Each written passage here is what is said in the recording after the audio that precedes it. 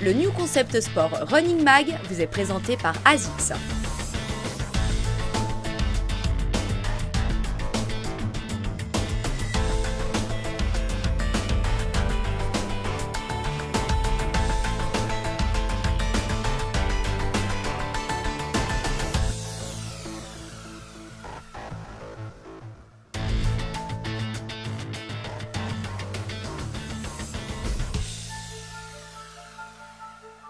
Nous vous avions introduit le mois dernier le cas de Nicolas, arrivé au centre de notre coach pour faire un simple test d'effort et chez qui Fred avait finalement diagnostiqué un état de surentraînement. Après avoir décrit comment se traduit le surentraînement, place au programme de remise en forme et de santé qu'a suivi Nicolas sous la houlette de notre coach. Suite à ce constat de situation de surentraînement chez Nicolas, eh bien, je lui ai proposé une prise en charge qui a consisté principalement en une activité physique extrêmement ralentie. Parfois, les entraînements course à pied se résumaient à de la marche en montagne. Les entraînements vélo, c'était sur un rouleau avec un seuil cardiaque extrêmement bas et la natation également. Donc durant 2 mois, ceci jusqu'à mi-janvier, les entraînements ont été totalement réadaptés pour pouvoir permettre cette récupération. C'est dur tout d'un coup de devoir se dire on doit ralentir dans son propre intérêt. On ralentit pour pouvoir mieux rebondir après. Donc ça a été une phase, on va dire, plus ou moins difficile à faire. On a utilisé également une technique qu'on appelle la technique de l'hypoxie, qui a comme intérêt de rééquilibrer ce qu'on appelle les balances sympatho-vagales. Alors, le sympatho-vagal, qu'est-ce que c'est? C'est en fait la situation de surentraînement sympathique provoque un espèce de stress de l'organisme un peu généralisé et l'hypoxie va permettre de faire baisser l'activité du système du stress, qu'on appelle le système sympathique, et au contraire de stimuler le système parasympathique, ou ce qu'on appelle le système nerveux vagal, qui va permettre de faire baisser le sentiment d'irritabilité et essayer d'améliorer aussi à terme la qualité de sommeil. C'est bon? Top. Les séances d'hypoxie m'ont sans aucun doute permis de pouvoir me relaxer, de pouvoir être plus serein face à des situations professionnelles, des situations familiales qui étaient peut-être à l'époque considérées comme anormales ou stressantes. Maintenant, j'ai cette capacité à être plus calme, plus zen par rapport à ceci. Alors, ce qu'on utilise comme hypoxie, c'est un protocole qui s'appelle le protocole Metab Clean. C'est une hypoxie qui est faite de façon passive, c'est-à-dire qu'on est installé au repos et on va respirer un air comme dans les conditions de la montagne, un milieu naturel, et on va s'exposer pendant environ 50 minutes à cette hypoxie, le temps que, précisément, le système vagal reprenne le dessus. D'ailleurs, souvent, les personnes s'endorment pendant les séances, ce qui est le témoin d'une bonne activité du système parasympathique. Le deuxième test, en l'occurrence le dernier, a eu lieu mi-janvier. Et c'est là où on a pu constater, suite à ces mesures qu'on avait prises, que les résultats, mes performances avaient nettement progressé en faisant pratiquement plus de sport. Maintenant, les 2 prochains mois vont être une reprise progressive avec une intensité par semaine, pas plus. C'est assez difficile de tirer les statistiques, mais on peut estimer qu'environ une sportive sur 4 est dans une situation plus ou moins grave, plus ou moins avancée de surentraînement. Chez le sportif populaire, c'est quelque chose qui est beaucoup plus répandu qu'on ne le pense.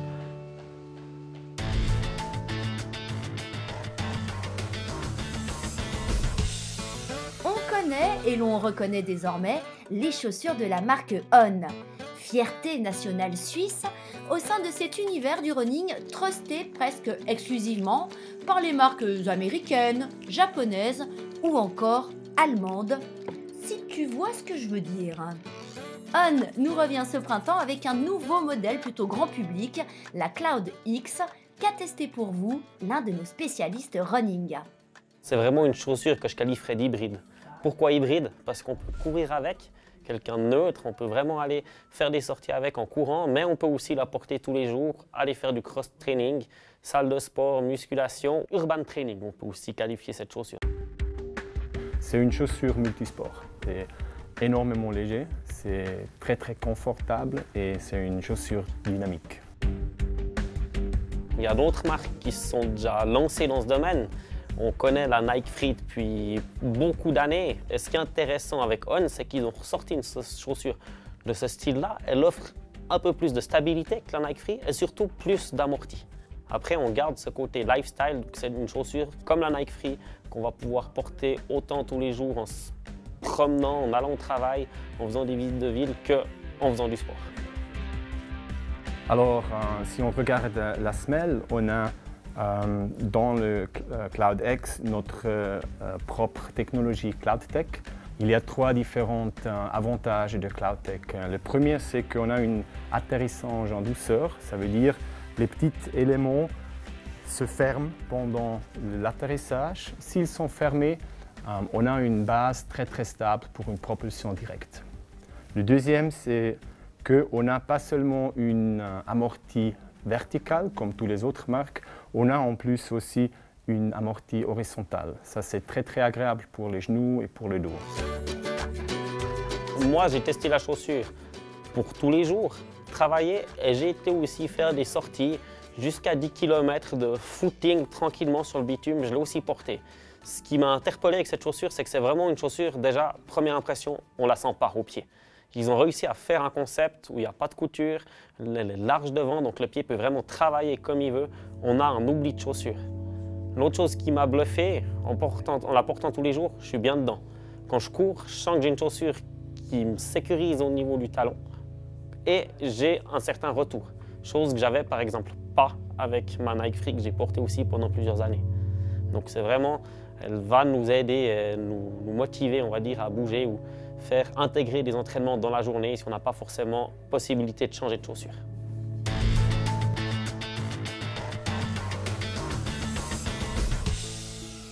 Terrien ou aérien? Nous vous avons décrit dans les 2 derniers numéros les différences fondamentales entre ces 2 grandes familles de motricité propres aux coureurs à pied. Dans cette dernière partie, Cyril Gindre nous présente la panoplie des exercices de renforcement et de force propres à chacune des 2 familles. C'est 2 questions différentes. Il y a la question de développer mes forces et puis ensuite il y a la question de les protéger. Donc c'est un travail et puis le travail inverse, c'est les proportions respectives. Si je souhaite développer mes forces, en gros on dit un terrien, c'est quelqu'un pour nous qui s'ancre au sol, qui met son talon, qui est solide dans le sol, donc qui a un travail qui commence par le centre du corps, et il y a besoin que le centre soit très solide, ça c'est le travail de gainage, et en même temps il y a besoin que le bassin, puisque ça démarre du bassin, soit très mobile. Donc c'est un travail de mobilité, de hanche, qu'on peut faire en imitant le chat, en imitant une démarche qui est très enroulante. Donc pour un terrien, c'est d'abord mon centre est solide, le gainage, ensuite mon bassin est mobile, travail de mobilité, et ensuite, je suis fort à la fois dans mes cuisses pour m'ancrer et dans mes fessiers pour passer sur l'appui, le passage du bassin sur l'appui. Donc c'est un travail classique de force, quadriceps, fessiers, gainage et mobilité pour porter le tout. Ça, c'est le travail type terrien. Maintenant, les aériens, eux, c'est l'inverse. C'est comme si spontanément le centre était raide comme une tige pour transmettre l'énergie depuis les extrémités. Donc c'est du tendon d'Achille jusqu'à la tête. Et donc c'est d'abord un travail de réactivité sur les pieds en s'assurant que le corps reste aligné pour transmettre l'énergie et solide. Donc quand on parle de gainage, c'est du gainage lié au rebond, puisque pour nous le gainage c'est d'abord de la coordination. Et ensuite c'est l'ensemble du système qui me permet à mes tendons d'être de plus en plus solides et de plus en plus réactifs, ce qui veut dire à la fois raide mais aussi souple. Dans le schéma souple, c'est ce qu'on appelle l'élasticité. Donc, petit travail de rebond, petit travail d'amplitude, mais dans lequel je demande à la personne d'être très réactive au sol. Maintenant, on est dans le développement des forces. Voilà, il y a toujours un risque en même temps que je développe trop mes forces et puis qu'à un moment donné, j'explose sur mes forces. Et là, on est dans le pire cas pour un sportif. Ça veut dire que je dois aussi être capable de faire ce qu'on appelle un travail de prophylaxie, c'est-à-dire des éléments qui correspondent au côté opposé et qui permettent de me protéger. Pourquoi? Parce qu'il y a un risque pour l'aérien de devenir trop raide. Auquel cas, c'est quoi le travail qui lui conviendra? C'est le travail de mobilité qu'on propose en schéma 1, c'est-à-dire schéma développement des forces, chez le terrien. De la même manière, il y a un risque chez le terrien d'avoir le centre qui enraidit dans la flexion, et auquel cas, pour sortir de la flexion, eh bien, il faut que j'apprenne ce que c'est que l'extension, donc il faut que j'apprenne aussi ce que c'est des petits exercices classiques qui sont proposés en athlée, en mettant mon centre de gravité sur l'avant.